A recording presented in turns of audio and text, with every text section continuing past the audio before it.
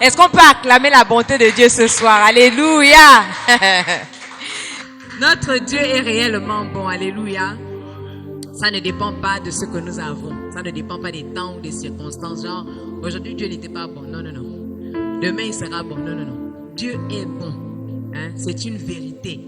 On dit que le français c'est le temps de vérité générale. Quand on dit le ciel est bleu, c'est que le ciel est bleu. Quand on dit que le soleil brille, c'est que le soleil brille. Ce n'est pas qu'il brille à demi, non. Donc quand on dit Dieu est bon, il est vraiment bon. Alléluia. Est-ce qu'on peut s'asseoir dans la présence de Dieu? Et en t'asseyant, tu salues ton frère, ta soeur à côté de toi. Et tu lui dis, est-ce que tu es prêt à recevoir l'enseignement?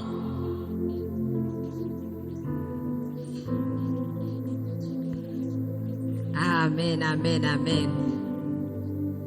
Alors nous sommes sur une longue série que nous avons commencé, je pense, le mois dernier. Le mois dernier, être à l'image de Christ. Et nous avons longuement discouru, beaucoup parlé. Le Seigneur nous a montré beaucoup de choses, n'est-ce pas? Si je vous donne le micro, là, je sais qu'il y a des femmes vaillantes qui vont prendre le micro vraiment pour nous prêcher, même mieux que moi. Hein? Alléluia. L'Éternel est bon. Il nous a fait du bien. Et ce soir, comme je disais vendredi dernier, que ce soir, certainement, nous allons clôturer l'enseignement sur le thème être à l'image de Christ. Ce sera notre vraiment dernière partie. Et j'espère terminer ce message ce soir pour que nous n'ayons pas à avoir quelques restes la semaine prochaine. Nous allons certainement commencer un nouveau thème. Alléluia. Donc nous sommes sur être à l'image de Christ et ce soir nous abordons le point sur la maturité. Alléluia. Nous avons notre texte de base qui est tiré de la première épître aux Corinthiens. La première épître aux Corinthiens de l'apôtre Paul. Le chapitre 13 et le verset 11. J'espère que chacun a apporté sa Bible, son stylo et son calepin. À ce comme je le dis, que les temps d'enseignement ne sont pas comme les temps de prédication. Les temps d'enseignement, c'est pour faire asseoir les choses. Alléluia.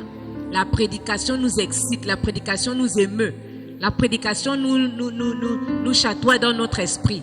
Mais l'enseignement nous éduque. Alléluia. L'enseignement nous amène à nous asseoir, à comprendre comment les choses fonctionnent avec Dieu. Alléluia. Donc nous avons notre texte de base qui est tiré de la première épître aux Corinthiens, le chapitre 13, le verset 11.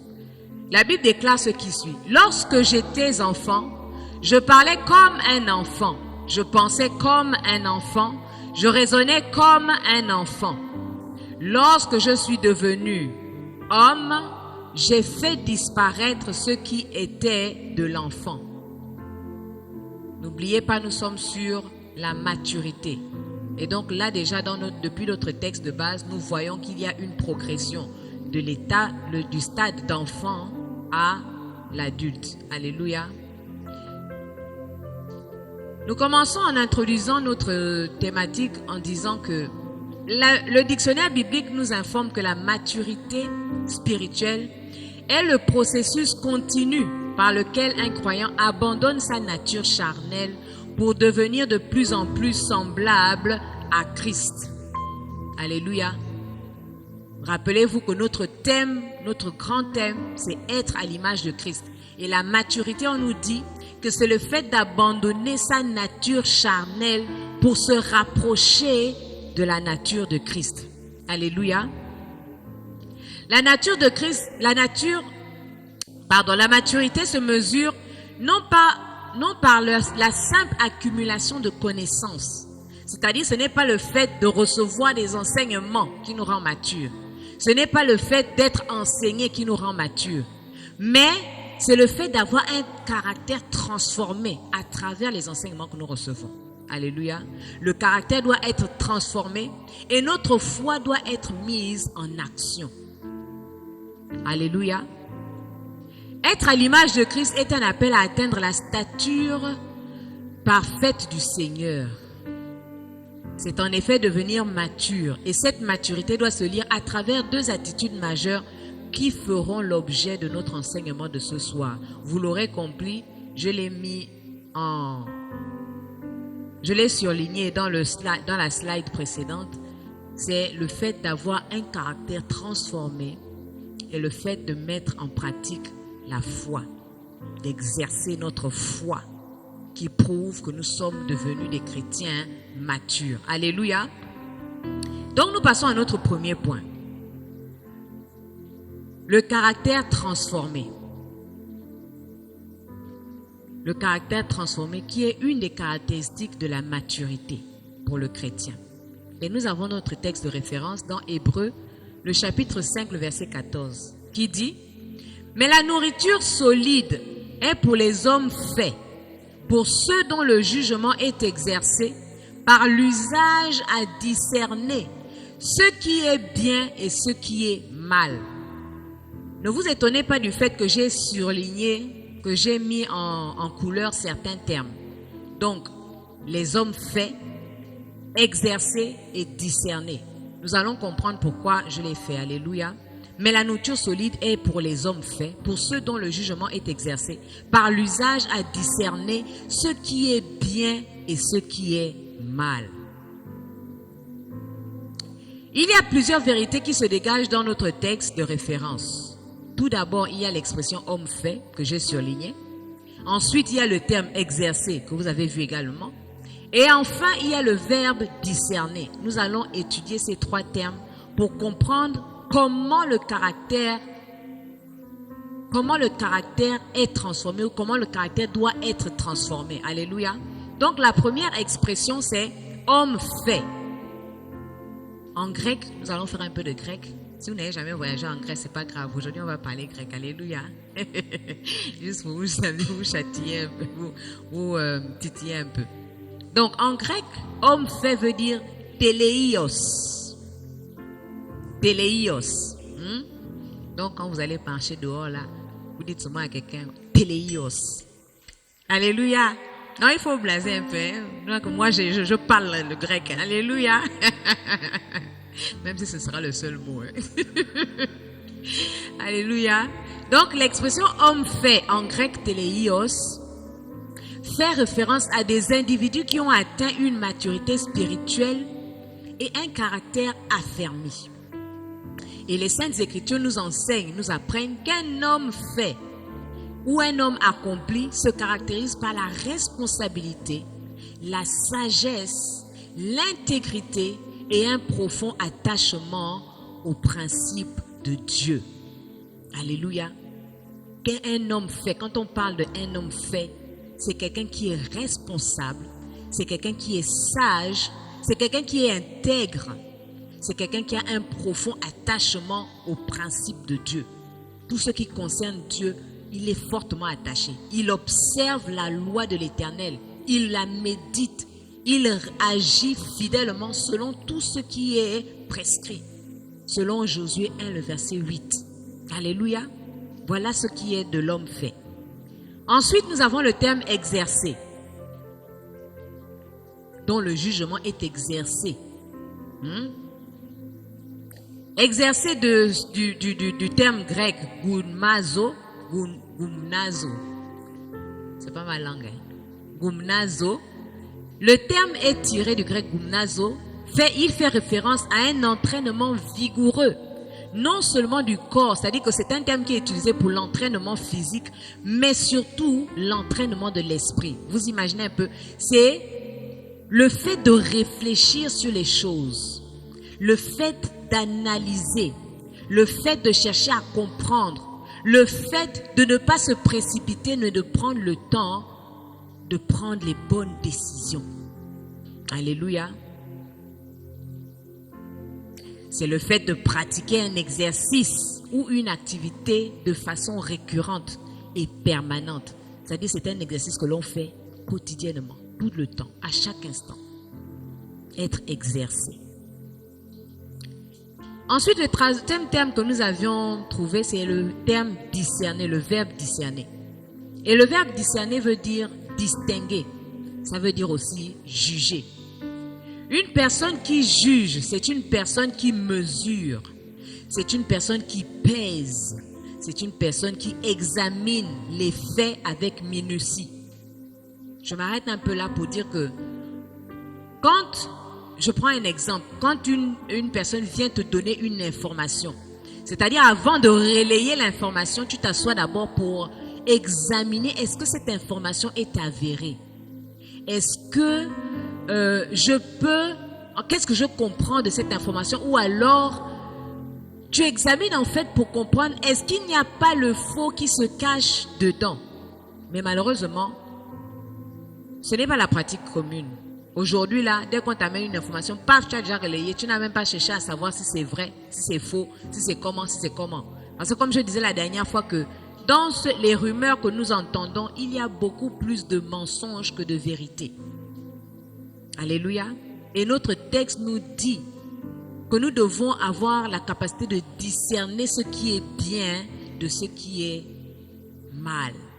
C'est ça, avoir un caractère transformé.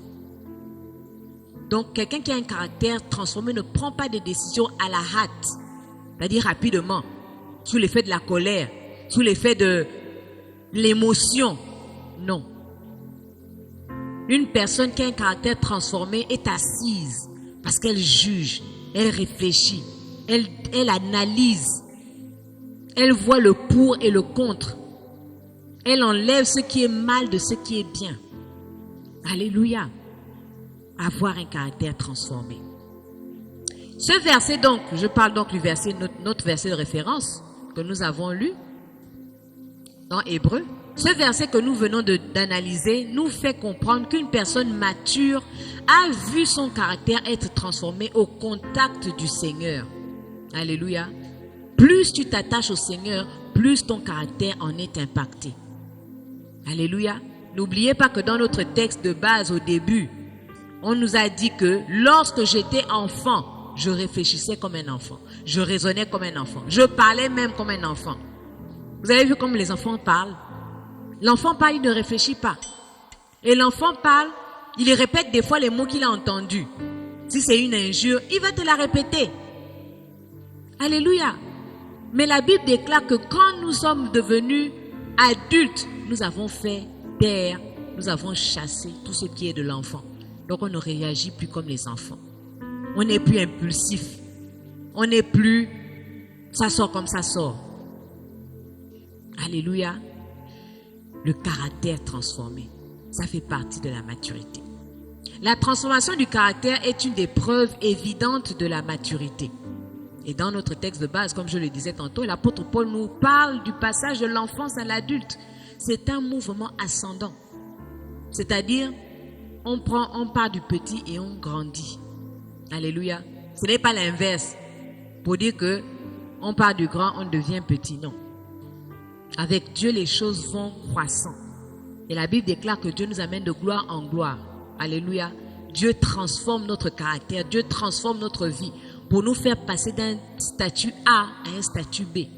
Pour nous faire passer du médiocre, au bien, au merveilleux, au superbe. Mais pour ça, il faut accepter d'avoir ce caractère transformé-là. Et pour avoir ce caractère transformé, c'est au contact de la parole de Dieu. Le fait d'être attaché à Christ, d'être attaché aux enseignements. C'est pour ça que je bénis Dieu pour votre présence, à vous qui êtes là ce soir.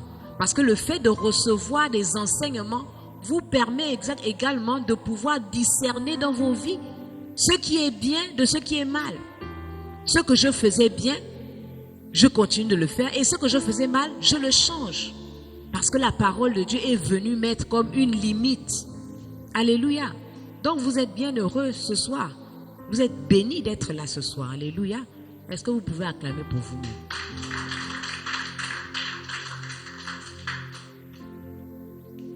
Le caractère chrétien est avant tout une œuvre divine qui se développe et se manifeste constamment dans la vie du croyant. Je pense que c'est la dernière fois, quand on a abordé le pan sur la croissance spirituelle, où on disait que la croissance spirituelle, ce n'est pas un absolu. Pour dire que, bon, là, j'ai déjà cru spirituellement, je suis déjà grand spirituellement. Non.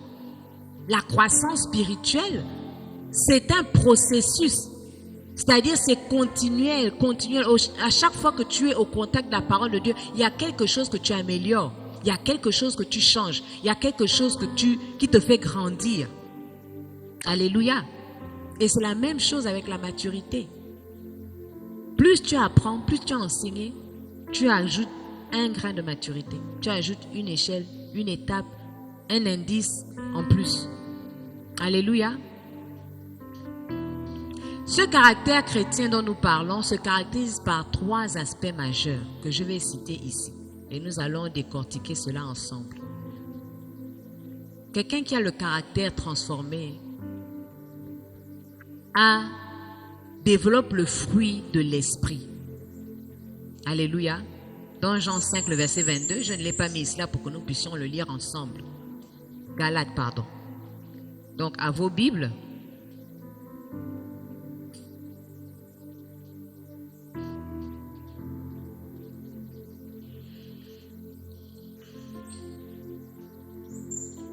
Galates, le chapitre 5,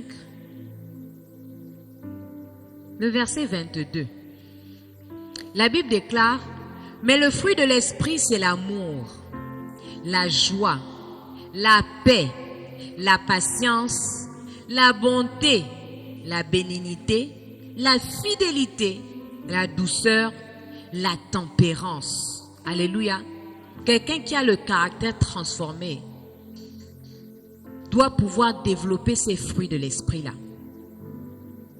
Tu dois pouvoir entrer en toi-même pour t'interroger. Est-ce que j'ai de l'amour? Est-ce que je manifeste l'amour? Est-ce que je suis continuellement en joie? Parce que quelqu'un qui a un caractère transformé doit pouvoir exprimer de la joie. C'est quelqu'un qui est joyeux. C'est pas quelqu'un qui est toujours grincheux. C'est pas quelqu'un qui a toujours les sourcils froncés comme si lui, il gère tous les problèmes du monde. C'est quelqu'un qui sait vivre en paix. Non seulement il vit en paix, mais c'est un artisan de paix. Là où il y a les problèmes, là où il y a les troubles, il va amener la paix. C'est-à-dire que quand il voit même 2 personnes ne pas s'entendre, il vient pour faire la médiation. Pourquoi? Parce que c'est un homme de paix. C'est une femme de paix. Alléluia. Un chrétien qui a le caractère transformé, c'est un chrétien qui est patient. La patience. Combien de chrétiens aujourd'hui ne savent plus attendre? La patience. La bonté. Est-ce que nous sommes bons les uns envers les autres? La bénignité. Est-ce que nous manifestons de la bonté à l'égard des autres? La fidélité. La douceur, la tempérance. La tempérance, c'est quoi? C'est le fait d'accorder aux autres le bénéfice du doute. Alléluia. Tu n'as peut-être pas compris ou bien quelqu'un est venu te dire, quelqu'un est venu t'informer d'une nouvelle qui ne t'a pas plu. Plutôt que d'exploser, dès que tu apprends la nouvelle, tu es tempérant, tu attends. Tu dis non, je vais aller voir la personne. Je vais me rassurer que ce que j'ai entendu, c'est vrai. Tu n'exploses pas pour dire que oui, en tout cas, je savais que les sorciers, c'était vous. Tu commences à, comme on fait souvent dans nos villages, tu commences à parler fort. En tout cas, le sorcier n'a qu'à entendre. Celui qui me cherche, celui qui cherche ma vie. Non. Un chrétien qui a le caractère transformé, c'est quelqu'un qui est tempérant. Il ne cherche pas le trouble. Il cherche la paix. Et la paix, la passe par la tempérance. Tu n'exploses pas. Mais tu laisses agir la colère, comme la Bible nous l'exhorte, nous exhorte sur ça. Laissez agir la colère. Ne pas toujours être prompt à s'emporter. Alléluia. Ne pas toujours être prompt à s'emporter. Mercredi, on a vu que la colère de l'homme n'accomplit pas la justice de Dieu. Tu peux avoir raison dans les faits, mais tu as tort dans la conduite, dans la manière de réagir. Tu auras tort. On va te dire que même si c'est faux, mais est-ce que tu avais besoin de réagir comme ça? Alléluia. La tempérance nous permet de ne pas tomber dans le piège de la colère. Parce que la tempérance fait quoi? Elle fait surseoir la colère. C'est-à-dire que la colère refroidit même. Et quand la colère refroidit, elle n'a plus de force pour s'exprimer. Deuxièmement, Le caractère transformé fait intervenir la vertu et une vie de piété. La vertu, quelqu'un de vertueux, c'est-à-dire quelqu'un qui a un bon comportement. Quelqu'un qui cherche toujours ce qui fait plaisir à Dieu. Quelqu'un qui cherche toujours à faire plaisir à son prochain, à ne pas blesser, à ne pas vexer. Alléluia. La dernière fois, on a parlé beaucoup du langage. Même dans ta façon de parler, tu cherches à ne pas vexer. Tu dis, moi je me connais, ma bouche là. Alléluia. Mieux je m'apaise. Parce qu'il faut que quand je parle à mon frère, quand je parle à ma soeur, qu'il ne soit pas vexé, qu'il ne soit pas choqué. Qu'il n'aille pas vouloir se pendre. Parce que tes paroles ont été trop dures. Troisièmement, un chrétien qui a le caractère transformé se rapproche beaucoup plus du caractère de Christ. Et quel était le caractère de Christ? Le Christ était humble. Vous allez remarquer que même à certains moments, le Seigneur Jésus ne voulait pas qu'on parle de lui. La preuve, quand il a guéri, l'aveugle, il a interdit de parler de lui, de dire que c'est lui qui l'avait guéri. Mais aujourd'hui là, dès que tu fais bien, il faut que le monde entier sache que c'est toi qui as fait. Il faut que la louange et la gloire te reviennent à toi. Alléluia. Tu usurpes même le poste la place de Dieu. Tu prends ce qui est à Dieu, ce qui revient à Dieu. C'est maintenant toi qu'on glorifie que, vraiment, tu as bien fait. Vraiment, si tu n'étais pas là, non, comme j'entends certaines expressions, que si tu n'existais pas, on allait t'inventer. C'est-à-dire que vraiment, là, on te met en haut. C'est-à-dire que tu ne touches plus le toit, tu es au-dessus du toit. Mais nous devons apprendre l'humilité. Nous devons fuir l'orgueil. Le caractère de Christ, c'était quoi? Le pardon. On ne le dira jamais assez.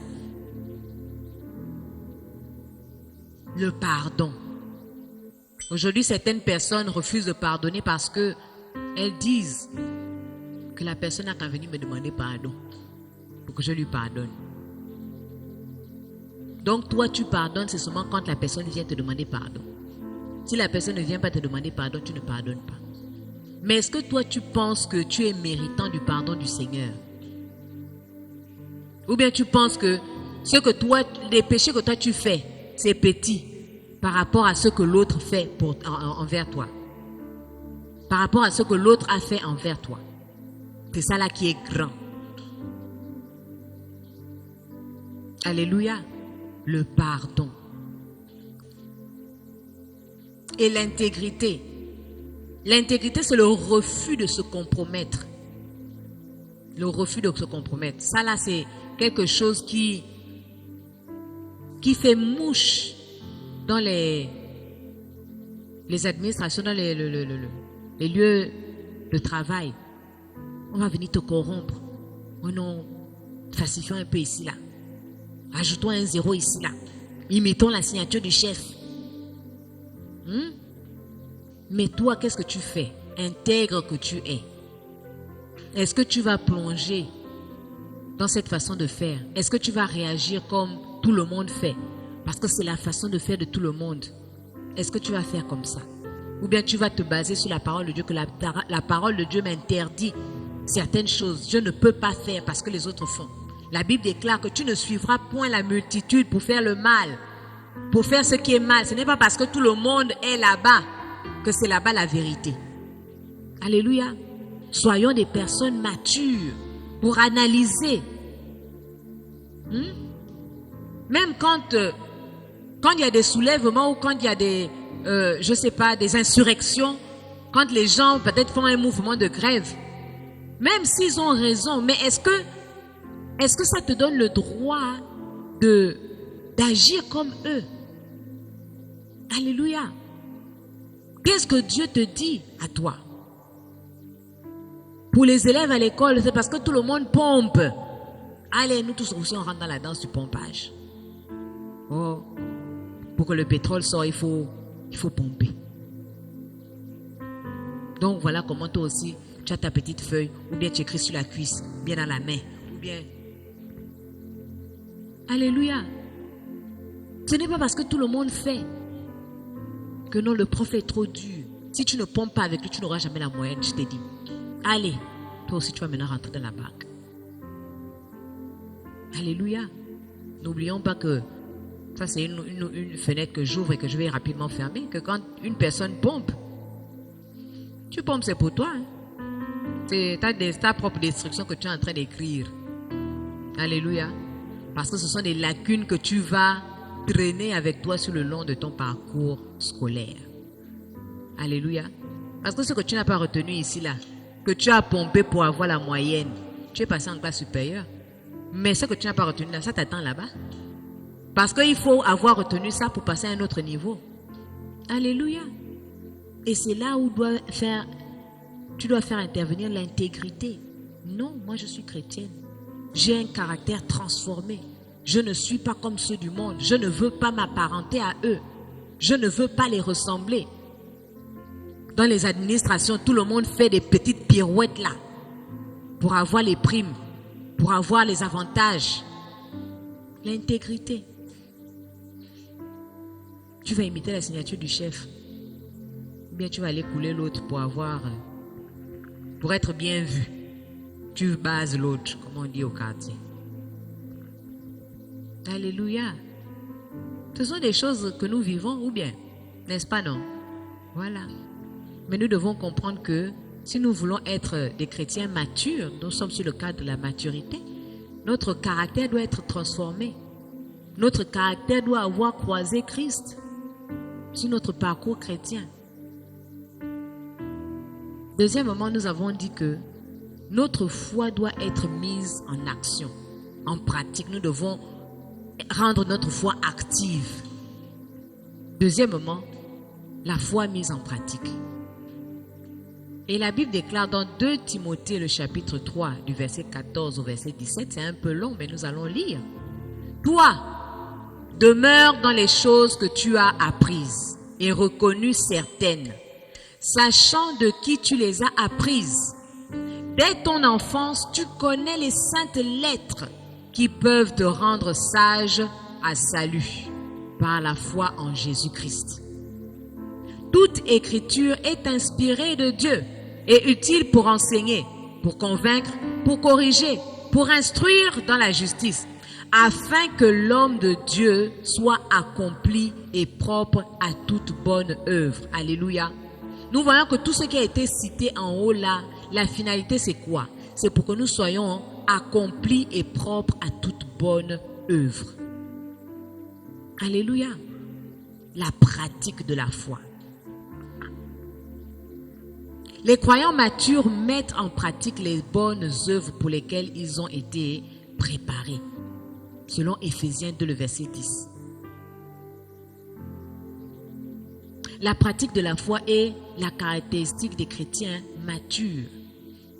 Un chrétien mature marche par la foi, agit par la foi, vit par la foi. Ses décisions sont prises par la foi. Ce n'est pas quelqu'un qui se centre sur lui-même. Ce n'est pas quelqu'un qui navigue à vue de façon hasardeuse. On essaie ici, ça ne marche pas, on va là-bas, ça ne marche pas, on va là-bas. Tu vas faire tous les quartiers de libre vie sans jamais pouvoir t'asseoir quelque part. Non. Il faut mettre ta foi en action. Alléluia. La mise en pratique de la foi va constamment amener le chrétien mature à rechercher la volonté de Dieu, contrairement à celui qui est encore enfant, dont les désirs se tournent sur ses propres intérêts. Quelqu'un qui est mature va chercher la volonté de Dieu. Qu'est-ce que Dieu veut que je sois? Qu'est-ce que Dieu attend de moi? Alléluia. Le pasteur, lors des temps de prière, nous a exhortés longuement à faire les choses que Dieu imprime dans notre cœur. Des fois, Dieu imprime des visions dans notre cœur, mais nous ne le faisons pas. Nous ne les suivons pas. Parce que nous sommes centrés sur nous-mêmes. Moi, je ne veux pas. Ah non. Après, ça va m'épuiser. Je gagne même quoi. Alléluia. Nous ne sommes plus des enfants. Si nous voulons être matures, nous devons sortir de tout ce qui est enfant. L'enfant, comme je vous dis que L'enfant, lui, pense seulement à ce qui est à lui. Donne-moi, donne-moi, donne-moi. Même les prières que nous faisons là, oh Seigneur, bénis-moi, oh Seigneur, donne-moi, oh Seigneur. Ce sont les prières des enfants. Vous avez déjà vu un enfant réfléchir pour dire que bon là, il faut que je m'organise d'une certaine façon pour faire ça. Un enfant, il a le temps là. Il n'a pas le temps parce qu'il sait que tout sera pour lui. Son père, sa mère travaillent pour lui. Ne soyons pas des chrétiens enfants qui pensons qu'à nous-mêmes, qui pensons seulement qu'à recevoir de la part de Dieu. Mais qu'est-ce que nous offrons à Dieu? Qu'est-ce que nous lui donnons? Est-ce que tu donnes de ton temps à Dieu? Est-ce que tu donnes de ton service à Dieu? Est-ce que tu donnes de ton argent à Dieu? Il y a un article que le pasteur Otira avait écrit, je ne me rappelle plus bien du titre, mais ça concernait les finances. Les finances. Et ça m'amuse un peu parce que l'image qu'il avait prise pour décrire l'article, c'est l'image d'un homme qui avait beaucoup de biens et qui s'accaparait de tout. Comme pour dire que tout pour moi, rien pour Dieu. Est-ce que tu donnes de ton argent à Dieu? La foi va t'amener à poser des sacrifices. Je me rappelle quand j'étais à l'étranger, pour mes études supérieures, il y a un frère à côté de moi, un frère de l'Assemblée, dont on avait suspendu la bourse. L'État avait suspendu la bourse, je ne sais pas trop pour quelle raison, il y avait eu des complications, parce qu'après elle a été restaurée. Et donc, c'est monté dans mon cœur comme ça, de lui faire une offrande. Comme ça. Et tenez-vous bien, moi je n'étais pas boursière. C'est-à-dire ce sont mes parents, mon père qui était cadre dans une entreprise, qui m'envoyait de l'argent pour vivre, pour payer l'école, pour vivre et tout ça. Donc moi qui ne suis pas boursière, je prends de mon argent pour donner à quelqu'un qui a la bourse. Bon, peut-être que la bourse est coupée là, mais au moins ça a été restauré. Donc sa condition était meilleure que la mienne, parce que moi je n'étais pas boursière, moi j'attendais. Donc si les parents envoient, c'est bien, si les parents n'envoient pas, je me débrouille comme ça là. Mais pour lui ça tombait à chaque fois. Et donc j'ai fait cette offrande là, je ne lui ai pas dit. Et jusqu'aujourd'hui peut-être il ne sait même pas que c'était moi. J'avais juste inséré l'enveloppe dans sa Bible. J'ai inséré l'enveloppe dans sa Bible. C'était un gros sacrifice. C'est parce que mes parents m'avaient envoyé une grosse somme d'argent pour pouvoir tenir au moins toute l'année. Donc j'ai pris une grosse partie que j'ai donnée. Et après, comme pour tester ma fidélité, c'était maintenant le désert. Le désert. Et là, toutes les pensées te viennent à l'esprit. Hein, tu es parti jouer les fortes là-bas, tu as dit que tu pouvais, non? Donc toi, on t'envoie l'argent. Tu prends l'argent là, c'est pour donner aux gens comme ça là. Le diable parle à ton oreille. Mais quand tu vis par la foi, tu sais que tu ne t'es pas trompé dans ton choix. Alléluia. Et Dieu a utilisé quelqu'un pour me venir en aide. Une jeune dame aussi que je ne connaissais pas. Elle était gabonaise.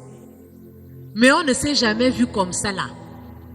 Elle a juste reçu mon nom dans un songe comme ça là. Michel, aide Michel, aide Michel, aide Michel. Ah, Michel c'est qui? Et elle ne priait même pas dans la même assemblée que nous.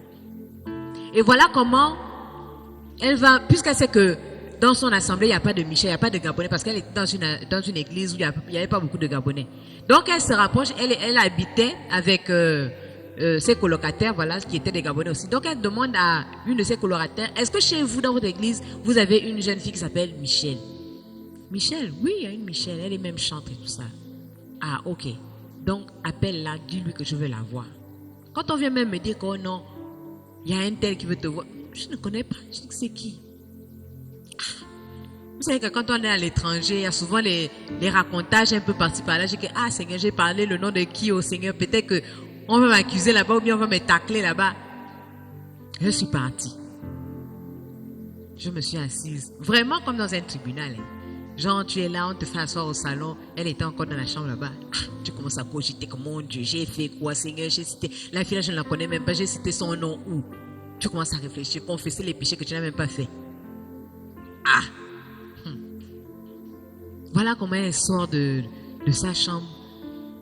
Elle vient s'asseoir. Bonjour, bonjour, ça va? N'aie pas peur, ce n'est pas pour un problème. C'est toi, Michel? Oui. Et là, elle me raconte que pendant ces temps de prière, elle a entendu clairement le Saint-Esprit lui dire, viens en aide à Michel.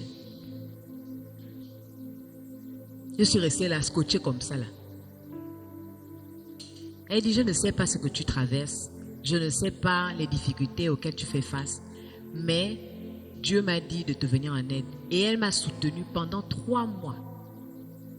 Chaque mois, elle m'appelait pour me donner quelque chose. Chaque mois, et je vous assure que Dieu est fidèle.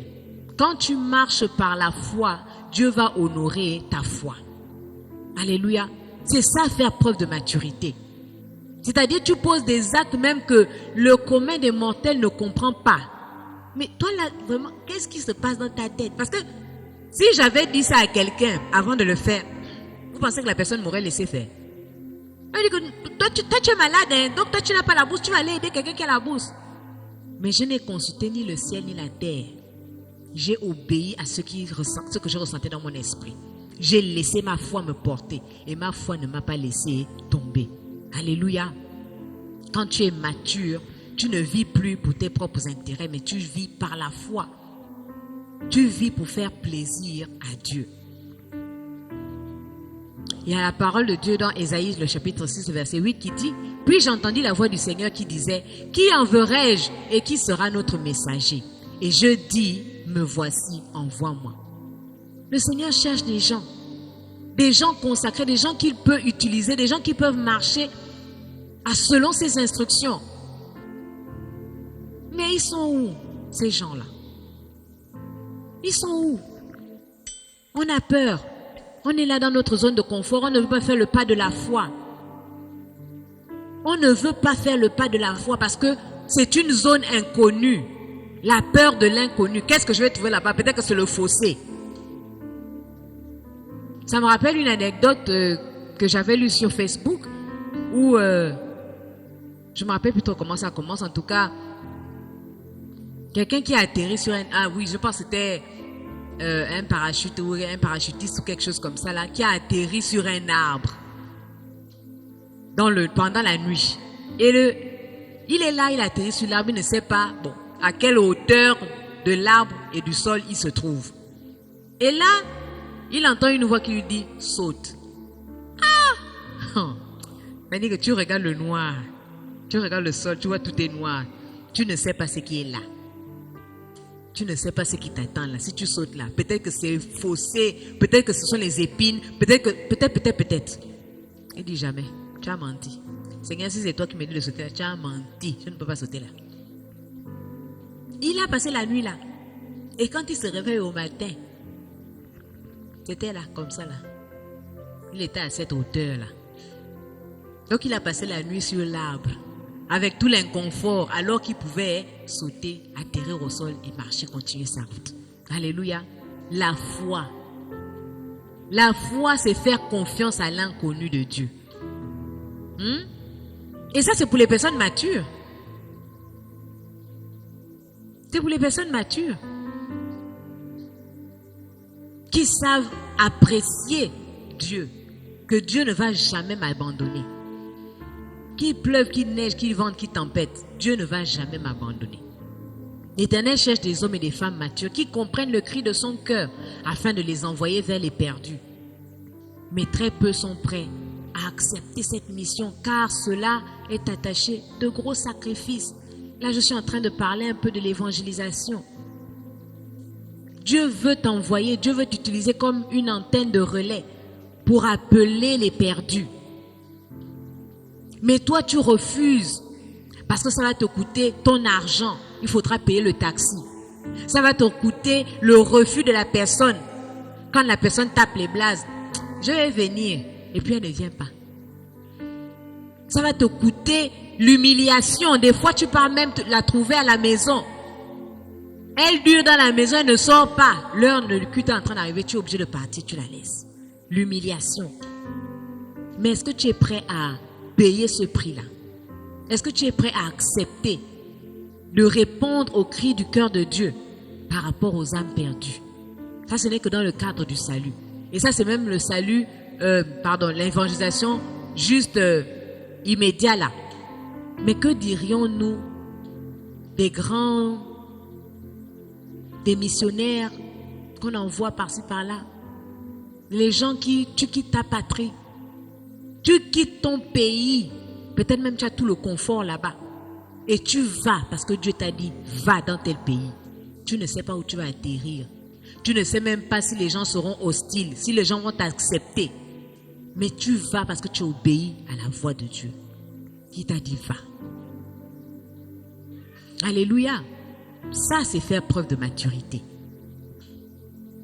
Nous avons donc le cas de Moïse. Voilà encore quelqu'un qui a contesté son aptitude à libérer les Hébreux en énonçant plusieurs raisons.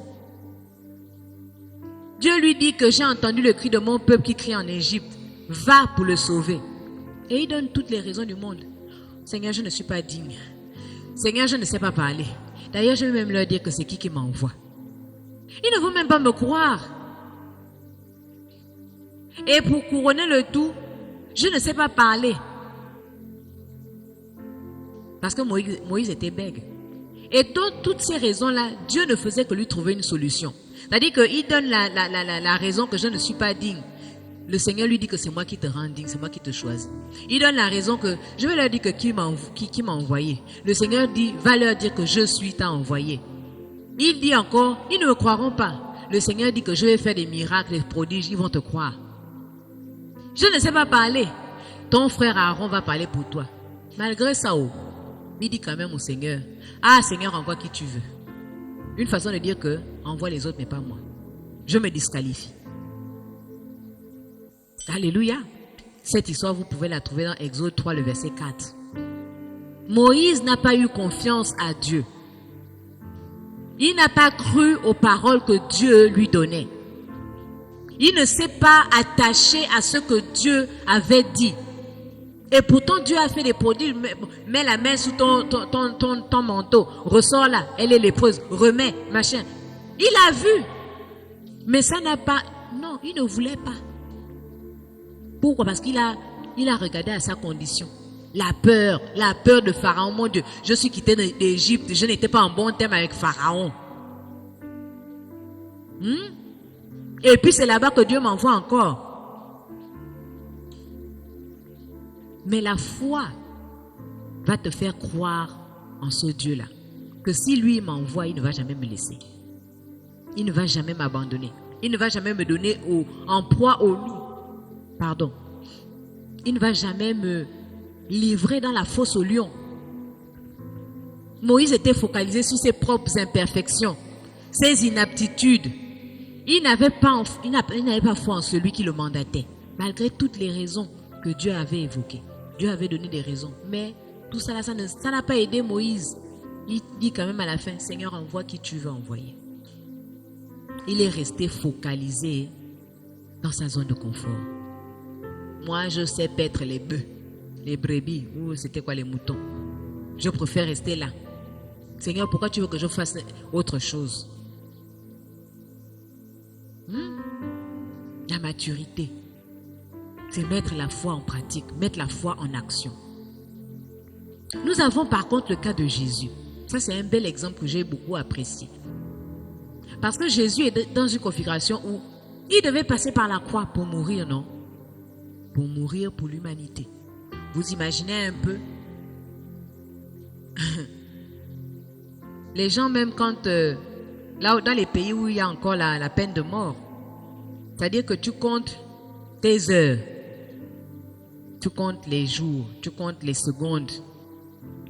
Et plus le temps s'approche, plus tu sens comment ta chair est oppressée. Donc imaginez un peu comment Jésus se sentait.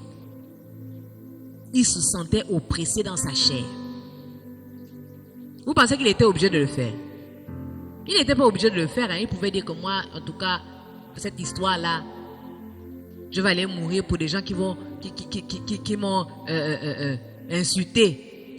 Je vais aller mourir pour des gens qui n'ont plus cru en moi ou qui me méprisent, qui ne croient pas que je suis le fils de Dieu. Moi, je vais aller mourir pour des gens comme ça. Il pouvait dire ça. Il pouvait dire ça. Mais il a accepté. Il a accepté. L'histoire se trouve dans Luc 22, le verset 39 au verset 46. Il a accepté de plier sa volonté à la volonté de Dieu. Il a accepté de mourir dans sa volonté de vivre au profit de la mort qui lui était réservée. Il a accepté. C'est-à-dire, il a dit, Seigneur, non pas ce que je veux, parce que ce qu'il était en train de négocier, que, Seigneur, si c'est possible, vraiment si c'est possible, que cette coupe s'éloigne de moi. Mais toutefois, non pas ce que je veux, mais ce que toi tu veux. Combien sont capables de parler comme ça aujourd'hui? Aujourd'hui, ce que nous voyons, c'est que nous voulons que Dieu se plie à notre volonté, ou bien? C'est-à-dire que c'est toi qui es devant Dieu, il te suit. C'est toi qui prends les décisions. Allez Seigneur, allons, au cas. Allons à gauche, gauche, droite, droite. Tu peux le faire. Le Seigneur, lui, n'impose pas sa volonté. Mais le malheur, c'est que tu vas te retrouver au pays de si je savais. Si je savais, j'aurais écouté le Seigneur. Si je savais, j'aurais accepté sa volonté. Je ne vais pas ouvrir la brèche du mariage, parce que ça, c'est un exemple vraiment qui a envoyé beaucoup de sœurs en forêt. Alléluia. Accepter la volonté de Dieu. Des fois, la volonté de Dieu ne vient pas sous la forme que nous attendons. Ça peut venir sous la forme d'un cadeau mal emballé. Bizarre, bizarre. Donc Dieu fait aussi des choses comme ça là. Dieu veut te tester.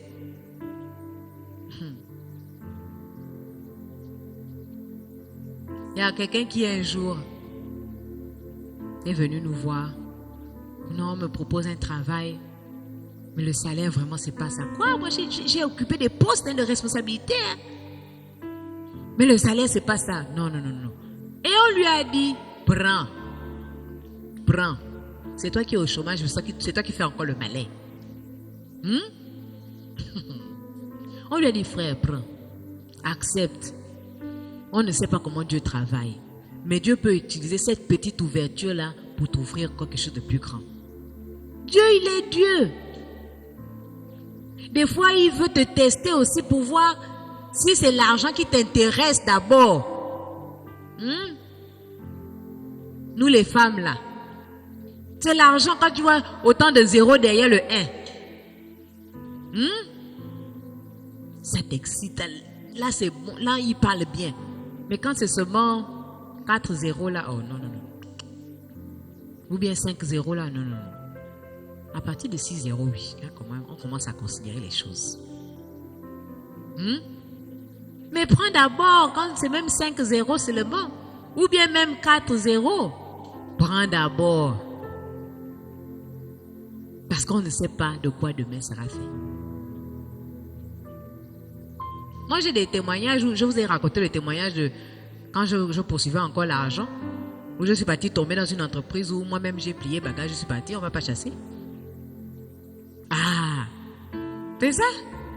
Quand tu fais à ta guise, tu te retrouves au pays de si je savais, tu commences maintenant à regretter que, là-bas au moins, j'avais la paix. Mais là où je suis venue atterrir là, plier sa volonté à la volonté de Dieu. Faire les choix guidés par sa volonté. Qu'est-ce que le Seigneur veut? Qu'est-ce que le Seigneur t'attend de moi? Le Seigneur Jésus, contrairement à Moïse, avait accepté de plier sa volonté à celle de son Père. Le sacrifice était lourd, mais la récompense fut glorieuse. Il a reçu le nom qui est au-dessus de tout nom. À ce nom, tout genou fléchit et toute langue confesse que Jésus-Christ est Seigneur. À la gloire de Dieu. Mais s'il n'avait pas accepté le prix de la croix, s'il n'avait pas accepté de mourir, s'il n'avait pas accepté les clous dans ses mains, dans ses pieds, dans son côté, il n'aurait pas eu le nom au-dessus de tout, non? Donc des fois, Dieu peut nous faire passer par des situations compliquées, mais c'est pour notre bien. Demain, nous allons le remercier. Il dit, ah Seigneur, on ne comprend pas toujours tes voies, mais tu avais raison. Alléluia. La foi nous exigera de regarder au-delà des circonstances, au-delà de notre confort, au-delà de nos aptitudes, etc. Pour mettre notre confiance en Dieu seul. Pour faire confiance à Dieu seul. C'est-à-dire que même si tu ne comprends pas ce qui se passe, mais tu crois Dieu. Tu crois Dieu, c'est tout ce qui importe. Les gens pourront ne pas te comprendre. Les gens pourront ne pas comprendre tes agissements en fait. Qu'est-ce qui se passe dans la vie de la sœur? Qu'est-ce qui se passe dans la vie du frère? Mais toi, tu crois Dieu. Tu sais ce que Dieu a dit. Tu sais ce que Dieu t'a montré. Nous serons invités à faire taire le vent et les vagues pour n'écouter que la voix du Seigneur Jésus qui nous oriente, comme ce fut le cas de Pierre sur le lac.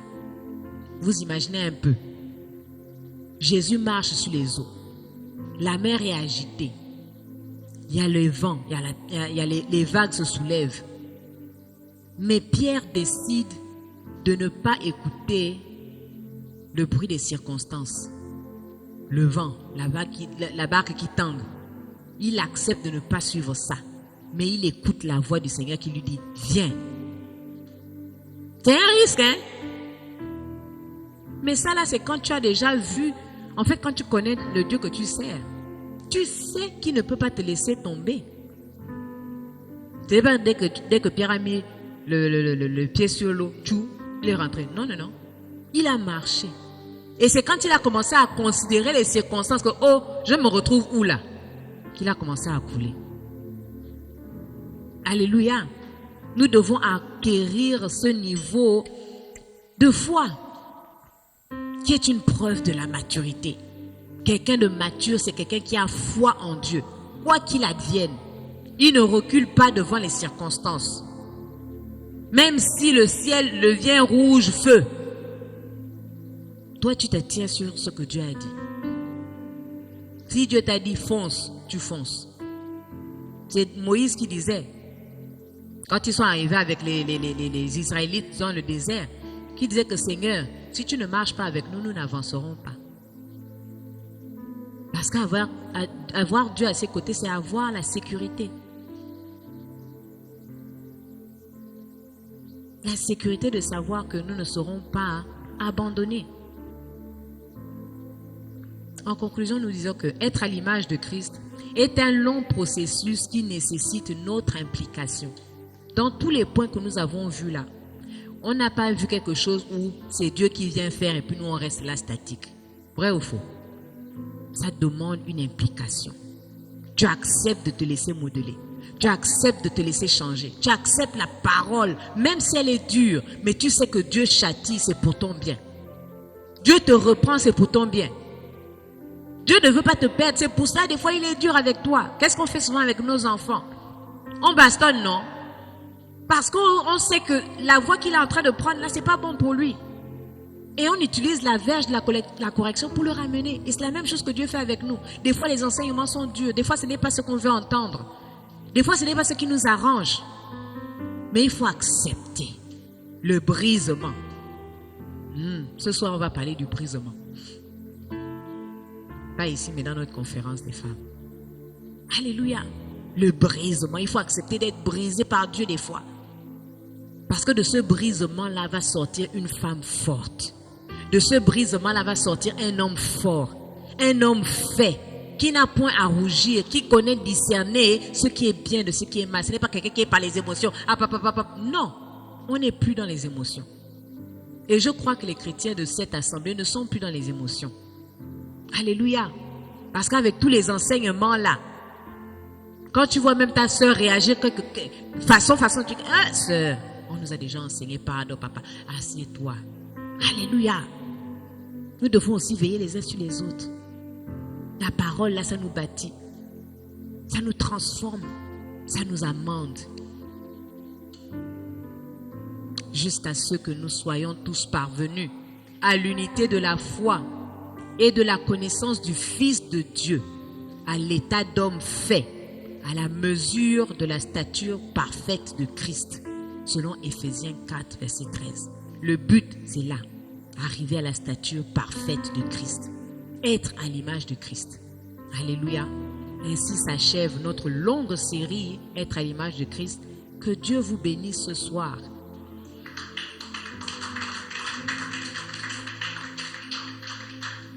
Alléluia. Je vais donc nous inviter à nous lever et nous allons prier. Prier pour faire asseoir ce message. D'abord dire à Dieu merci. Ce soir, il nous a parlé de la maturité. La maturité qui se décline sous deux axes. Le caractère transformé et la vie de la foi. Et certainement, tu t'es reconnu dans l'un ou dans l'autre, sinon dans les deux. Et tu as besoin de parler à Dieu ce soir pour dire que, ah Seigneur, je ne suis pas encore arrivé, mais par toi, je veux faire mes preuves. Je veux marcher à ta suite. Seigneur, ça peut être difficile, mais je ne veux pas abandonner. Je ne veux pas laisser. Je veux continuer à avancer. Je veux continuer à marcher sur tes préceptes, sur tes principes. Élève ta voix et prie ce soir. Seigneur, nous te bénissons pour ta parole qui est venue vraiment mettre le clou, Seigneur, mettre le sceau, Seigneur, sur cette longue série que nous avons entamée depuis déjà 2 mois. Merci Père éternel Seigneur parce que nous avons clôturé ce soir avec la maturité. Parce que c'est là où tu nous attends Seigneur. Être à l'image de Christ, c'est être mature. Et la maturité Seigneur va nous demander Seigneur d'être transformé dans notre caractère et de marcher par la foi, te faisant confiance. Ne plus être Seigneur de ces chrétiens-là qui réagissent Seigneur oh Dieu par les émotions ou qui font les choses pour plaire à leur propre chair. Mais que nous puissions Père éternel Seigneur te ressembler, chercher à te plaire, chercher à nous approcher davantage de toi dans le nom puissant de Jésus. Je prie ce soir pour mon frère, je prie ce soir pour ma sœur. Papa, tu connais les réalités des uns, tu connais les réalités des autres. Seigneur, je n'ai peut-être pas touché tous les points, mais Seigneur, toi qui connais, toi qui sondes, Père, que tu puisses parler, que tu puisses transformer, que tu puisses amplifier, que tu puisses montrer, Seigneur, oh Dieu, ce qui a besoin d'être corrigé dans le caractère, Seigneur, dans, oh Dieu, Seigneur, Papa, dans le langage, dans l'habillement, Seigneur, dans les relations avec les autres. Tu nous as parlé de tellement de choses, Seigneur, que ce soir, oh Dieu, nous disons, aide-nous, viens-nous en aide, Yaya, viens-nous en aide, Papa, viens-nous en aide, Seigneur, que notre caractère soit transformé. Nous voulons être à l'image de Christ, Seigneur, que notre caractère s'apparente à celui du Christ, Seigneur, qui n'a pas regardé, oh Dieu, Seigneur, comme une proie arrachée, Seigneur, d'être égal à Dieu, mais il s'est humilié. Oui, l'humilité là, ah Papa, Seigneur, donne-nous cette humilité, Père, donne-nous cette humilité, Seigneur, qui nous fait regarder l'autre, Seigneur, comme étant au-dessus de nous. Nous n'avons pas toujours besoin de nous faire voir, nous n'avons pas toujours besoin d'être applaudis, mais acceptons, Seigneur, d'être dans le sous-couvert, Seigneur, un temps soit peu, acceptons, Seigneur, d'être en bas, afin de pouvoir glorifier ton nom, Seigneur. Tu ne te glorifies pas seulement quand nous sommes en haut, mais même quand nous sommes oppressés, même quand nous sommes dans l'humiliation, Seigneur, tu te glorifies. Seigneur, nous avons besoin d'apprendre à te connaître. Nous avons besoin d'apprendre à te connaître. Nous avons besoin d'apprendre à te connaître. Oh éternel Dieu de gloire, aide-nous, Seigneur. La maturité, la maturité, la maturité.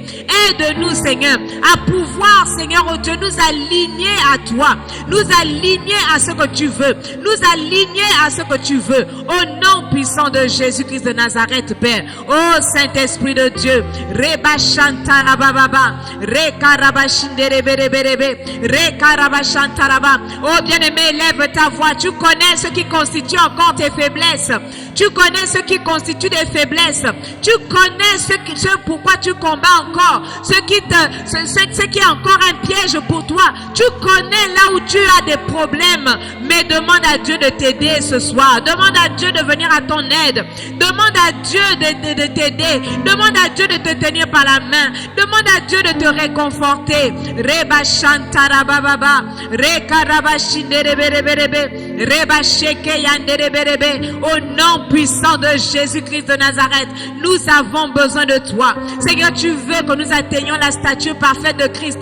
Et Seigneur, tout cela passe, oh Dieu, par tous les points que nous avons vus. Seigneur, depuis, Seigneur, la naissance, oh Dieu, Seigneur, la nouvelle naissance.